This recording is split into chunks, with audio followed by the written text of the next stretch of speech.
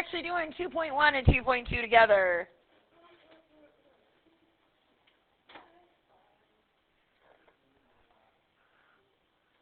Solving 1 and 2 step equations. But I would like to write all of the steps down so that we have them as we work forward. So some of these steps we're not going to need today, but I need them all together. So when solving, first thing you would always do is if there is a parenthesis somewhere, you would distribute.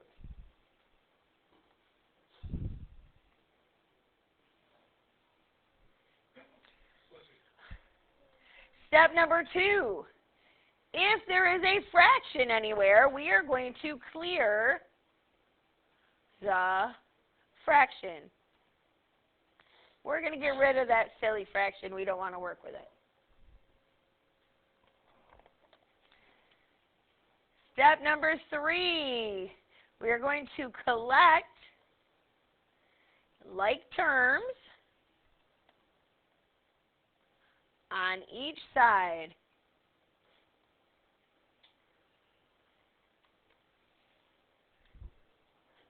Step number 4. Now, this is a tricky one.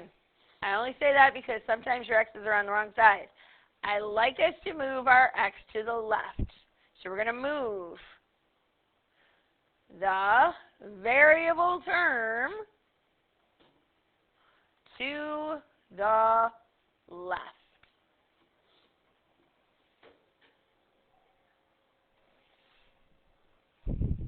Step number 5, move the constant or the number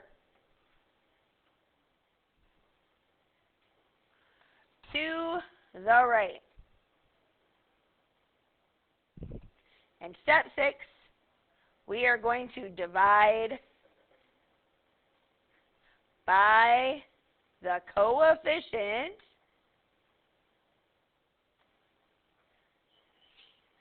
on the variable.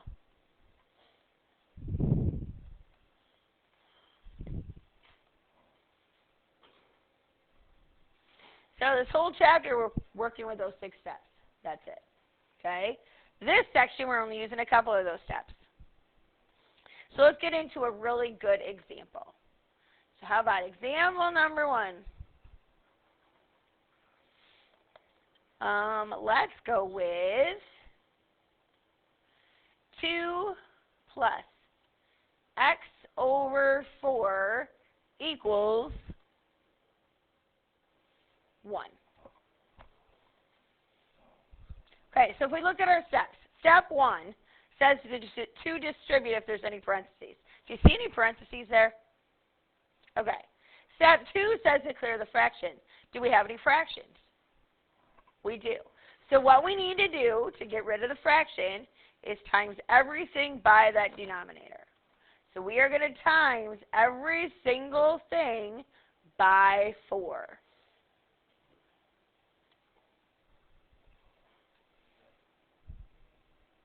In the first one, 4 times 2 is 8. Plus, in the second one, you get 4x over 4, so my 4's cancel, and I just have x. And on this side, 4 times 1 is 4. All right, now, don't want to forget my little line there. Next step is I need to get the x to the left. Is the x on the left already? Yep. So now I need to move my number to the right. It's a positive 8, so to move it to the other side, I'm going to subtract 8. Whatever I do to this side, I have to do the other side of the equal sign. 8 and negative 8 cancel, so I have x equals 4 and negative 8 is negative 4. Then you're divided by the coefficient on x. So what's the coefficient on x? 1. It's magical 1. If I divide by 1, isn't it the same? It is. So our final answer would be x equals negative 4. We did 2 steps.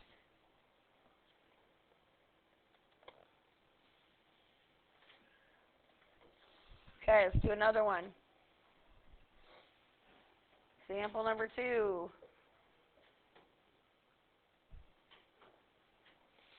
Let's say I have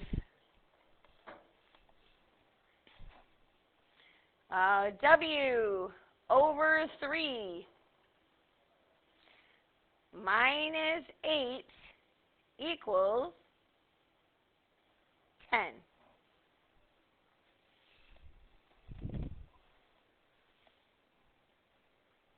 All right. Again, are there any parentheses? So first step we don't have to do, we don't distribute. Step 2, is there any fractions? So we want to clear the fraction. Okay? Now, I'm telling you this because I know where we have to go in the future. Okay? So learning the steps in this order makes your life in the future a lot easier. Okay? That's the whole goal. So the first thing we're going to do is clear the fraction, which means we have to times everything by 3.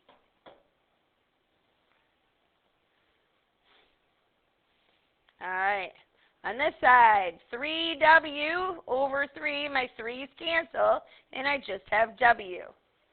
Minus 3 times 8 is 24, equals 3 times 10, which is 30. All right. Next, collect like terms on either side. We're good there.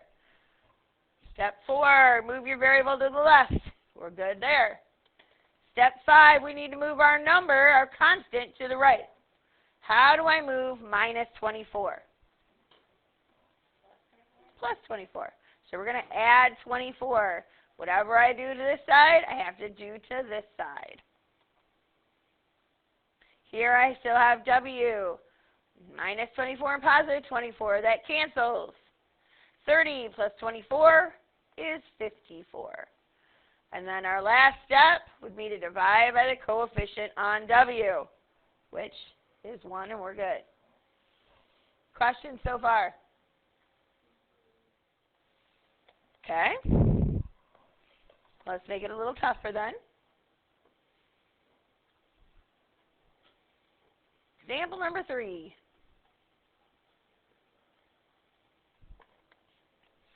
Let's go with one that has,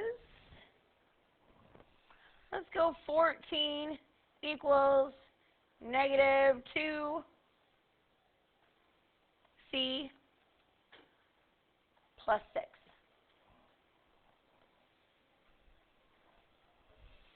All right. So first of all, is there any parentheses? Okay. Step 2, is there any fractions? Okay. Step 3, can I combine like terms on either side? No. I don't have anything I can put together here, and I don't have anything to put together here. Right? All right. Step 4, we move our variable term to the left. Okay?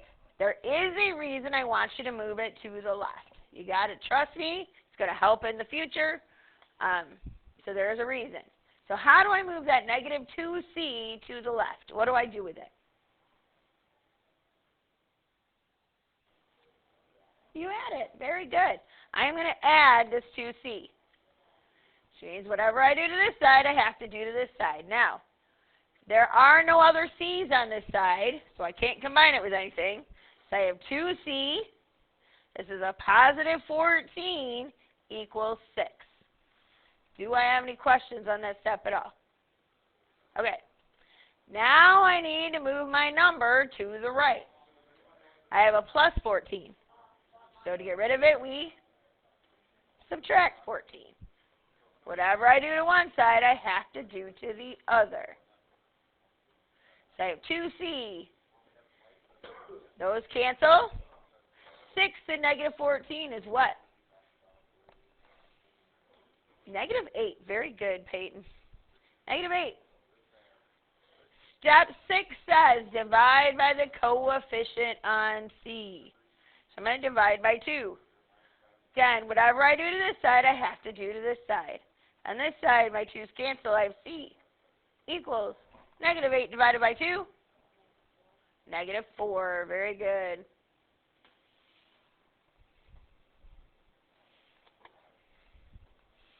questions at all, you guys? You've done all this already, right?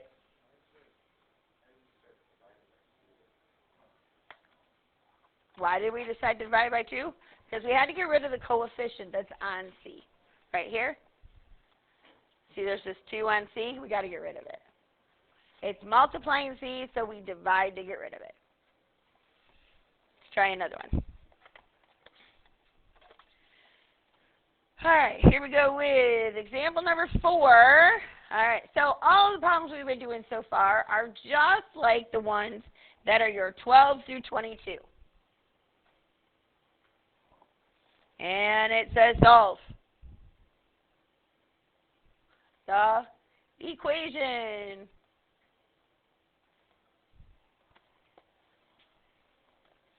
So let's say I have 3x plus 6 equals 24. I don't know. All right, so again, do I have any parentheses? Nope, so I don't distribute. Do I have any fractions? Nope. Can I combine like terms on either side? Nope. I don't have any like terms, do I? Is my variable term on the left? It is. So now I need to move my number to the right. It's a plus 6 right now, so I have to go minus 6. Whatever I do to this side, I have to do to this side. I still have my 3x. My 6's cancel. What is 24 and negative 6? 18. Good. And then, how do I get rid of the 3 on the x? Divide by 3. We divide by that coefficient on our variable. So we get x equals 6. Do you agree, Charlie? Yes. All right. Do we have any questions so far? Okay. Let's change it up a little bit. Example number 5. All right, I'm going to jump down to 26 through 32. Again, we're going to solve. But maybe this time it's something that looks like this.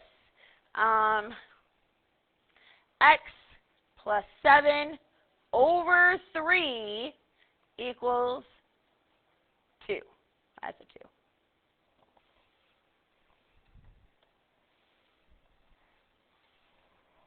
Okay, so it looks a little bit different. Step number 1, do we have any parentheses? Step number 2, do we have any fractions? Okay, so that means I have to multiply by what number? 3, very good.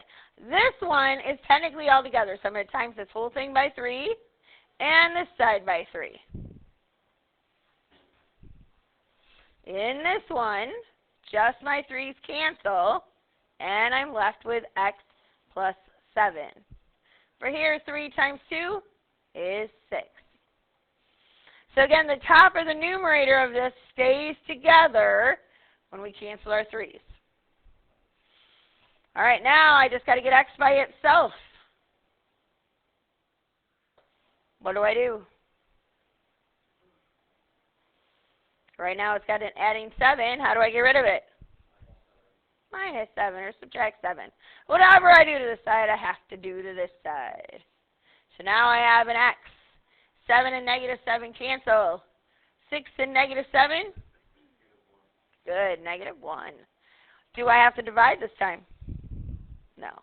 My coefficient is a 1, right? Let's try one more like this. So 2 more examples and I'll be done. Okay? All right, example number 6. Same idea. Let's say I have 7 and 1/2 is equal to x plus 3 over 2. So first of all, look at the left-hand side. Do we ever work with mixed numbers? So what do you think we should do first? Make it improper, right? Should always make it improper.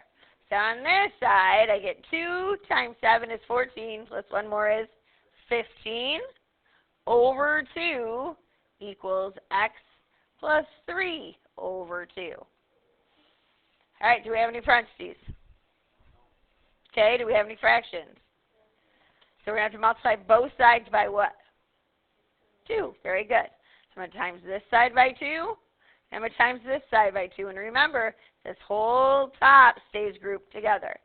On this side, what happens with my 2's?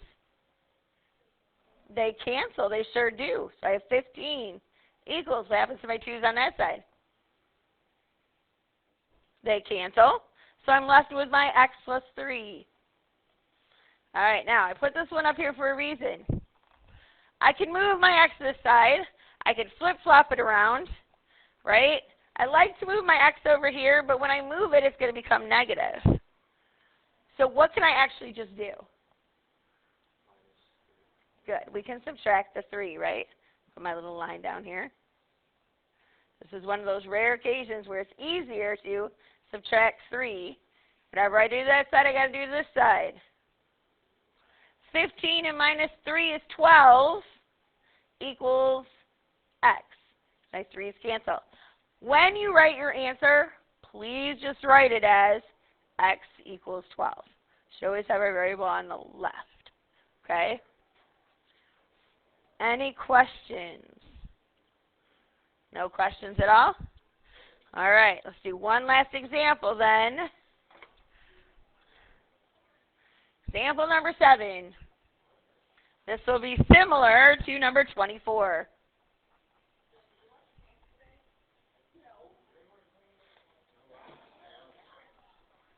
Okay. You have $25.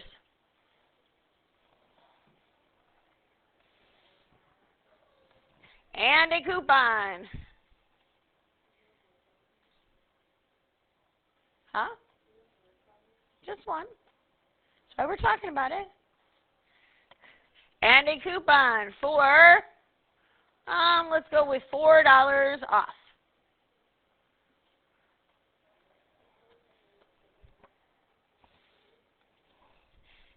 If a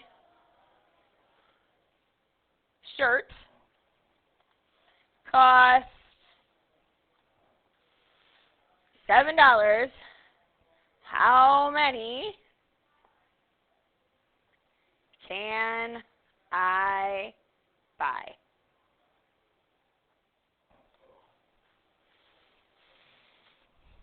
All right, so here's how we're going to set up our equation. First of all, we're looking to see how many shirts we can buy. So our unknown is the number of shirts.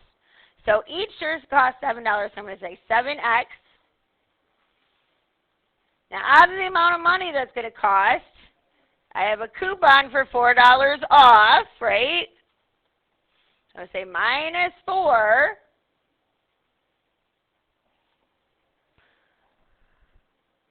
equals 25.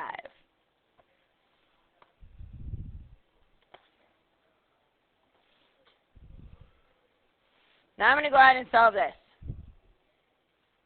All right. First thing I have to do is what? What do I have to do? Yep, I have to do something with the minus 4. What do I have to do? Oh, it's not a fraction. It's a good try. Yes, so it's minusing 4 right now, so we want to do the opposite. We're going to add 4. So we're going to add 4. Whatever I do this side, I'm going to do to this side. So I have 7x. My 4's cancel, equals 29.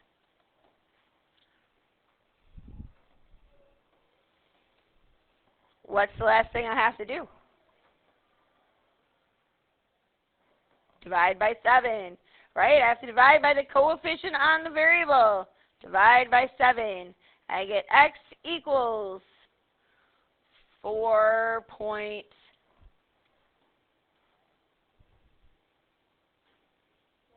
4.1? All right. So, I'm not quite done, though. Can I buy 0.1 of a shirt? No. So we're just going to say 4 shirts.